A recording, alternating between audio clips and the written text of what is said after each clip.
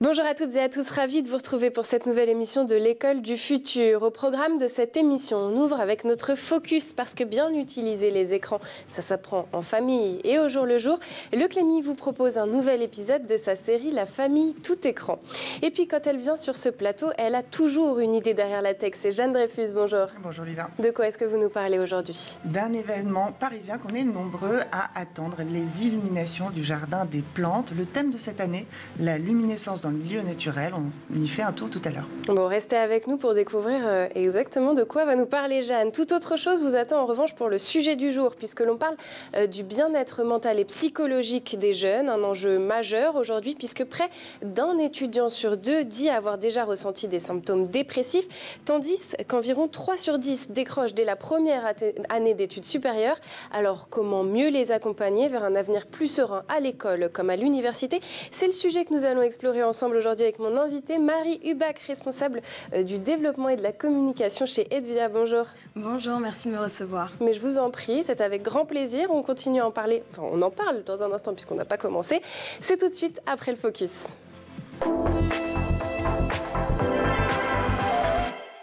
Focus aujourd'hui sur une utilisation saine et maîtrisée du numérique dans les foyers. C'est avec notre partenaire Le Clémy et sa série La famille tout écran. On se retrouve après votre nouvel épisode.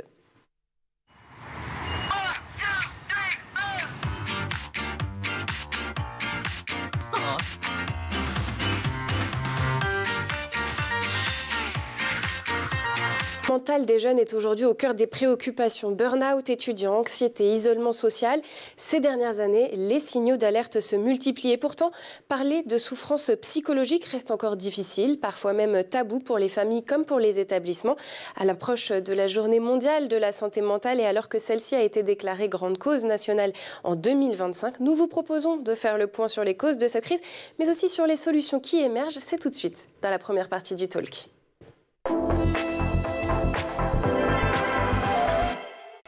Et pour m'accompagner en plateau aujourd'hui, Marie Hubac, responsable développement et de la communication chez Edvia, une solution pensée pour les écoles et les universités qui combine prévention, accompagnement et soutien individuel pour éviter que les jeunes décrochent. Je n'en dis pas plus puisqu'on va prendre le temps de parler de votre solution, Marie. Mais avant ça, j'aimerais qu'on établisse un petit panorama de la santé mentale des jeunes. Alors on parle beaucoup d'une génération en détresse. Que disent aujourd'hui les chiffres sur la santé mentale des jeunes ? Oui, effectivement, vous avez raison d'en parler et merci de me recevoir pour en discuter ensemble. Aujourd'hui, c'est effectivement plus d'un étudiant sur 3 qui dit vouloir décrocher, en fait, abandonner ses études avant même le diplôme. C'est quand même près de plus de 90 000 étudiants qui décrochent chaque année sans même avoir été au bout de leur diplôme. Et c'est quand même un étudiant sur 2 qui se dit qu'une des causes, effectivement, ce sont les troubles de santé mentale. Les garçons et les filles sont-ils touchés de la même manière ? Oui, alors effectivement, c'est pas parce qu'on ne lève pas la main qu'on ne ressent pas les choses. Et donc effectivement, et c'est ça aussi qu'on essaye d'amener dans les établissements scolaires, c'est de pouvoir finalement apporter des solutions pour qu'ils puissent lever la main beaucoup plus facilement. Est-ce que ici on parle uniquement des étudiants, donc les études supérieures, ou est-ce que ça concerne aussi les collégiens et les lycéens, ce mal-être ? Ça concerne tout le monde. Dès le plus jeune âge, il n'y a pas effectivement d'âge qui... Enfin voilà, c'est encore une fois, ce sont des sujets tabous qu'on n'évoque pas. Ni en primaire, ni au collège, ni au lycée, et finalement que nous on souhaite aborder donc en école supérieure, mais qui sont déjà présents. Et donc effectivement, ce sont des personnes ensuite qui arrivent dans le monde professionnel et qui commencent à se poser des questions. Et l'objectif, c'est de les accompagner avant pour qu'ils puissent se poser ces questions avant effectivement d'enchaîner sur des études, rentrer dans le monde professionnel et du coup porter son bagage. Que le mal-être s'installe. Exactement. Les jeunes vont-ils vraiment plus mal qu'avant ou est-ce qu'on en parle juste davantage de ces sujets ? Ça, c'est une bonne question, effectivement. Je pense que la génération de nos parents avait également certains soucis quant à leur santé mentale. C'est juste qu'effectivement, on n'en parlait pas. On ne se posait pas la question. C'est juste qu'effectivement, on a des parents qui ont travaillé pendant longtemps dans des entreprises. C'était assez descendant. Aujourd'hui, Enfin, on en parle. On ose prendre la parole. On ose prendre la parole. Enfin, on ose lever la main quand ça va pas. Et je pense que justement, il faut le faire encore plus. Et c'est pour ça qu'on a fondé Edvia. Aujourd'hui, selon vous, qu'est-ce qui explique cette dégradation finalement de la santé mentale chez les jeunes? Est-ce que la pandémie a aussi peut-être été un accélérateur ? Alors, on dit souvent que la pandémie a été un accélérateur. En fait, ça a été un peu un projecteur. C'est-à-dire que ce sont des troubles de santé mentaux qui étaient déjà en fait présents. C'est juste qu'on n'en parlait pas. Et donc, ça a été juste un projecteur sur un mal-être qui était déjà existant. Donc, souvent, effectivement, on va penser que la pandémie a été un accélérateur. Non, ça a juste été effectivement un projecteur sur le besoin, en fait, d'aller bien, tout simplement. Comment différencier un mal-être passager d'une vraie souffrance psychologique ? C'est drôle puisque j'en parlais hier en cours où je donnais une classe, j'étais avec des élèves d'ingénieurs et justement ils me disaient mais comment on arrive à distinguer c'est passager ça devient effectivement chronique quand effectivement c'est quelque chose que vous ressentez de manière continue. C'est-à-dire qu'effectivement, une émotion, quand on parle vraiment d'une émotion pure, c'est quelque chose de passager. C'est-à-dire que c'est quelque chose qui n'est pas censé durer. On ressent de la joie comme de la tristesse. Effectivement, si cette tristesse-là continue et reste et perdure, effectivement, là, à ce moment-là, il est important de lever la main et d'identifier, du coup, avec un coach, un psychologue, une autre personne que soi, d'où vient ce mal-être. Et c'est ça qui est difficile pour les jeunes aujourd'hui, c'est que c'est facile pour eux de dire je vais pas bien, mais c'est difficile pour eux d'identifier le pourquoi. Et c'est ça effectivement qu'on va aller chercher. Je rebondis par rapport au Covid. Vous avez créé Edvia à ce moment-là, et comment est-ce que vous répondez à toutes les situations de détresse? Alors Edvia, on l'a créé il y a à peu près 6 mois. Donc c'est vraiment tout récent, mais effectivement ça part d'un constat qui est autre que le nôtre. Ce sont les chiffres qui parlent d'eux-mêmes, où effectivement on s'est dit comment est-ce qu'on peut accompagner nos jeunes sur un des piliers aujourd'hui de la réussite, qui est la santé mentale. On ne peut pas réussir, ou en tout cas c'est difficile de réussir si on ne se sent pas bien. Pragmatiquement. Exactement. Les solutions. Pardon. Les solutions, donc en gros, on les accompagne sur trois piliers. Donc le premier, ce sont des ateliers du coup qui se veulent en petits groupes, donc 20 personnes, pour que ce soit des ateliers interactifs. En fait, leur apporter quelque chose qu'ils n'ont pas l'habitude de faire en cours, c'est-à-dire des échanges, une safe place où ils peuvent déposer certaines choses. On parle de confiance en soi, on parle de gestion des émotions. On parle de apprendre à apprendre, vraiment des sujets qu'ils n'ont pas l'habitude d'aborder. On les accompagne aussi sur des coachings individuels, puisque, comme je dis toujours, on n'est pas des photocopies, donc c'est-à-dire ce qui va fonctionner pour moi ne va pas fonctionner pour vous.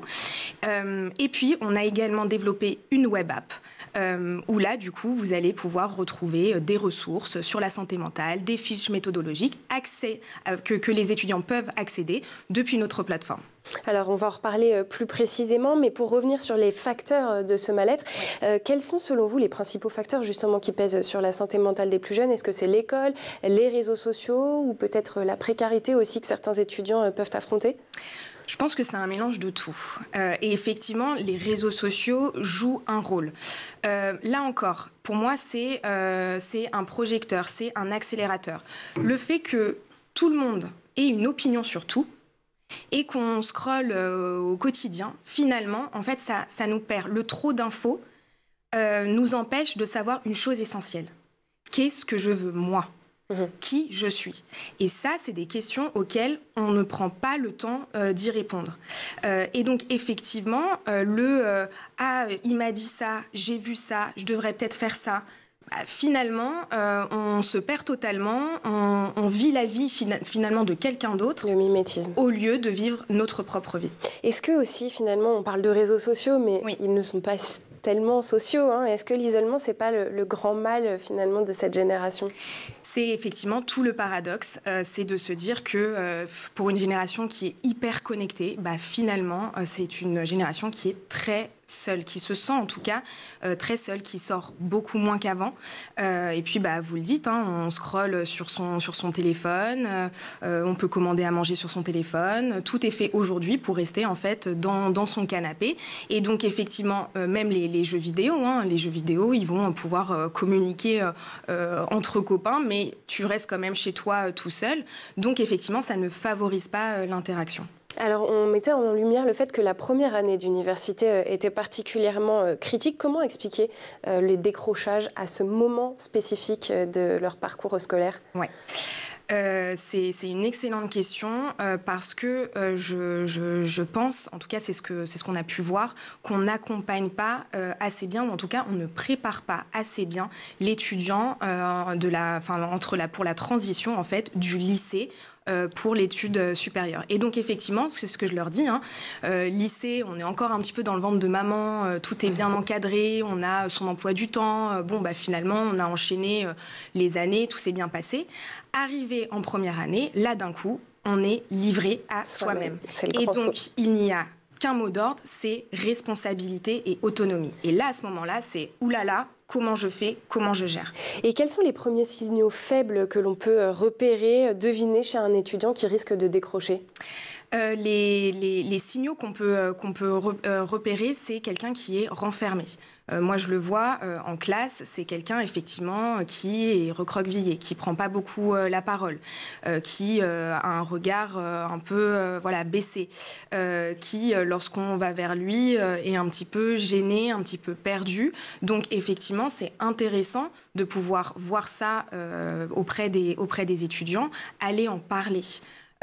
Tendre la main, ne pas justement les laisser dans leur isolement, savoir pour eux qu'ils ont quelqu'un à qui justement peut-être poser certaines questions, c'est important. Il ne faut surtout pas laisser ces étudiants là à côté. Et ça, c'est dès les premières semaines. On peut déjà identifier, et moi j'ai le cas, des étudiants qui du coup remettent tout en question et se posent la question de effectivement est-ce qu'ils ont fait le bon choix.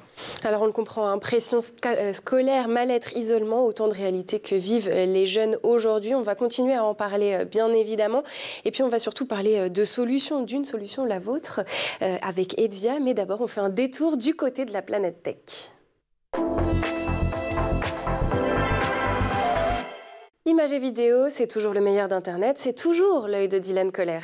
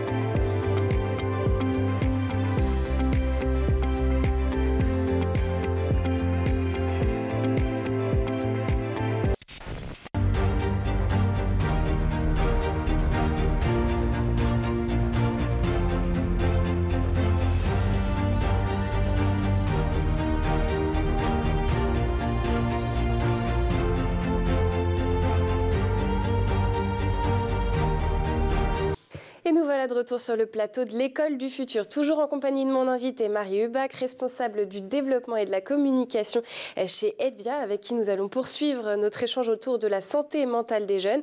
C'est juste après la chronique de Jeanne Dreyfus qu'il y a une idée derrière la tech.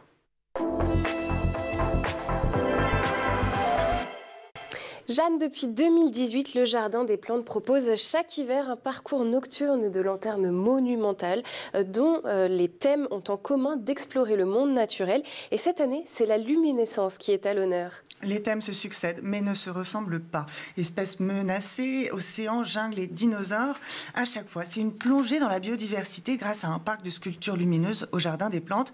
En 2025, le muséum renouvelle le concept, mais en explorant, vous l'avez dit, comment la nature brille, scintille, rayonne, des minéraux aux lucioles des abysses jusqu'aux frondaisons des forêts. C'est bien la lumière du monde vivant qui va nous éblouir. Et ce qu'il y a de nouveau cette année, des hologrammes et du mapping vidéo sont à prévoir. Est-ce que vous pouvez revenir sur ce qu'est la luminescence? C'est un des miracles de la nature, en effet, qu'ont voulu explorer les équipes du Muséum d'histoire naturelle. Et la luminescence, eh bien, on la connaît principalement autour de deux phénomènes. La fluorescence des minéraux, j'ai perdu mes papiers, dont des spécimens géants seront sortis à l'occasion des illuminations. Il faut savoir que nous, on voit la fluorescence des pierres seulement sous UV, mais au contraire, les insectes, les oiseaux se vivent naturellement dans un monde complètement multicolore. La bioluminescence, deuxièmement.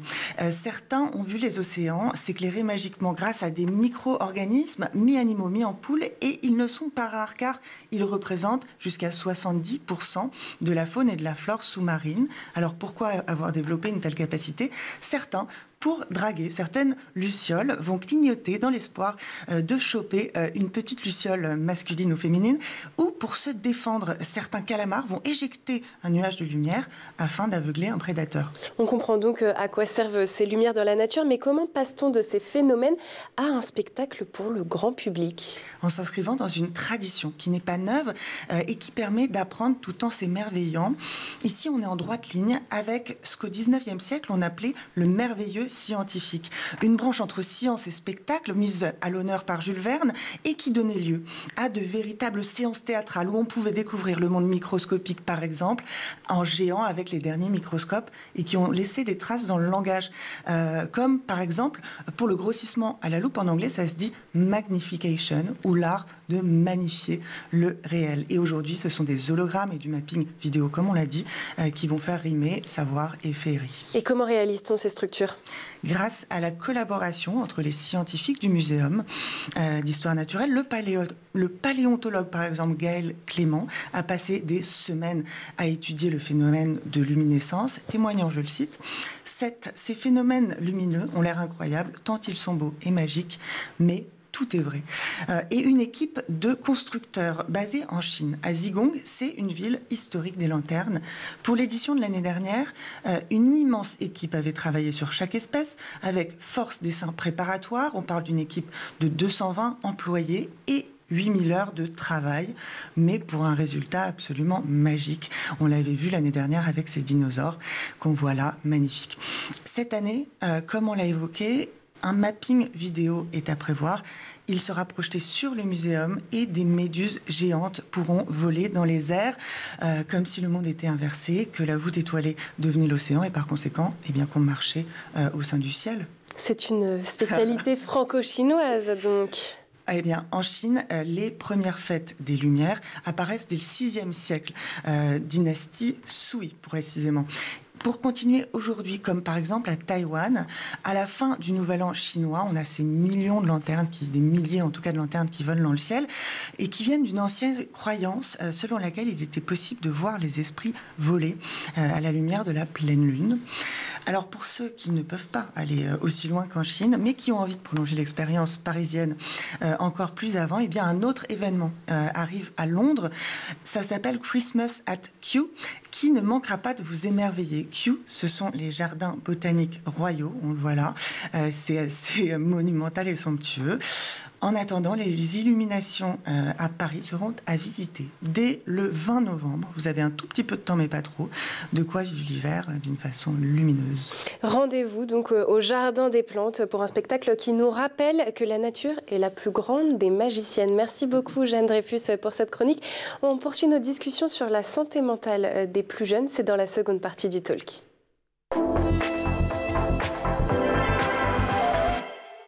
Et c'est toujours avec mon invité, bien évidemment, Marie Hubach, responsable du développement et de la communication chez Edvia. Alors, on l'a vu ensemble dans la première partie du talk, l'ampleur du malaise et les facteurs de risque. Mais maintenant, on va se concentrer sur quelque chose de plus positif, les solutions qui existent, que peuvent faire les établissements, les familles et les pouvoirs publics.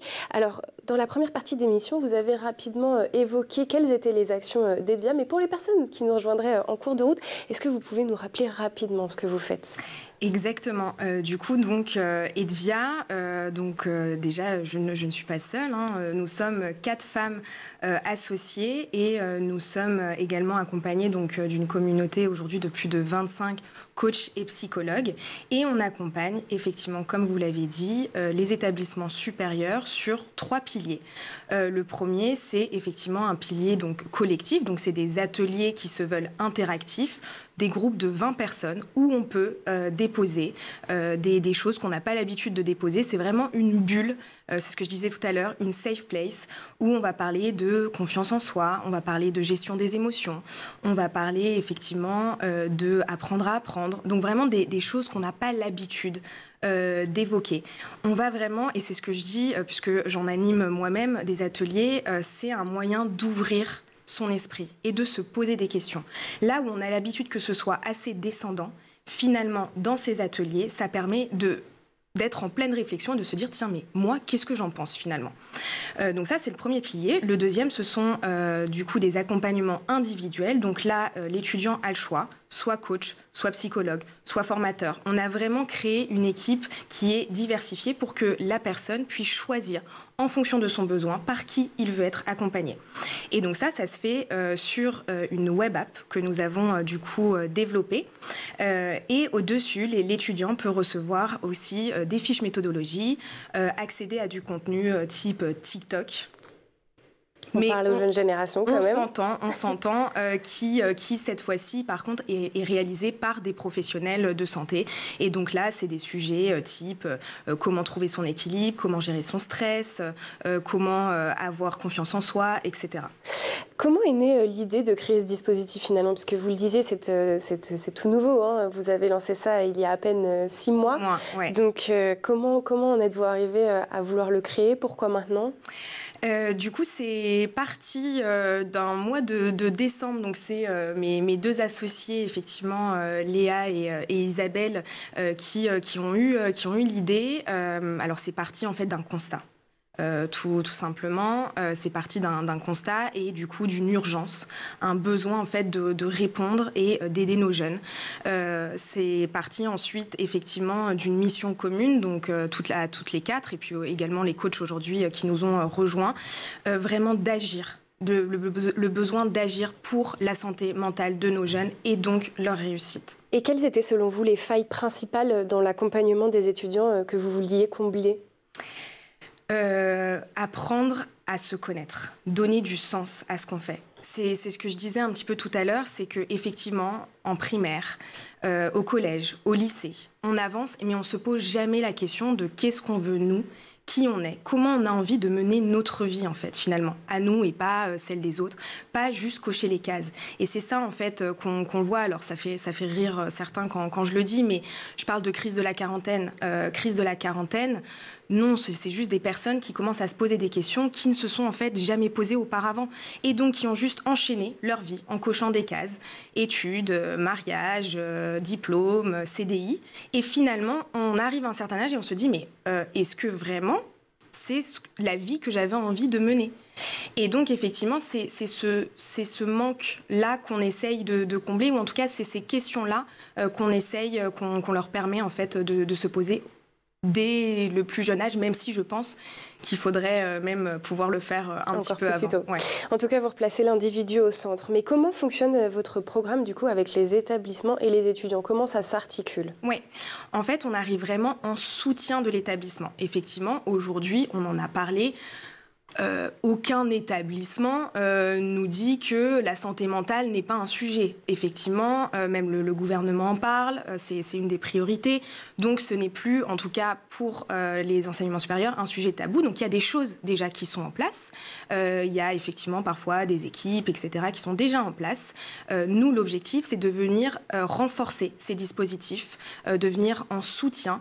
Et donc ça s'articule par compléter en fait ce qu'il y a déjà présent dans l'établissement. Donc c'est vraiment finalement de la personnalisation qu'on fait en fonction des besoins de chaque étudiant. Nous, notre seul objectif, comme on dit, c'est d'aider le jeune au mieux. Vous parliez des ateliers collectifs qui sont l'un des piliers de votre méthode. Est-ce que les enseignants ou les équipes éducatives participent aussi à ces ateliers? Alors c'est très drôle que vous mentionnez ça parce qu'au départ, effectivement, c'est quelque chose, nous on était vraiment axés sur nos jeunes. Et puis finalement, en discutant donc étroitement avec les établissements, certains ont remonté le besoin finalement de former également leur équipe pédagogique, administrative à mieux comprendre le jeune.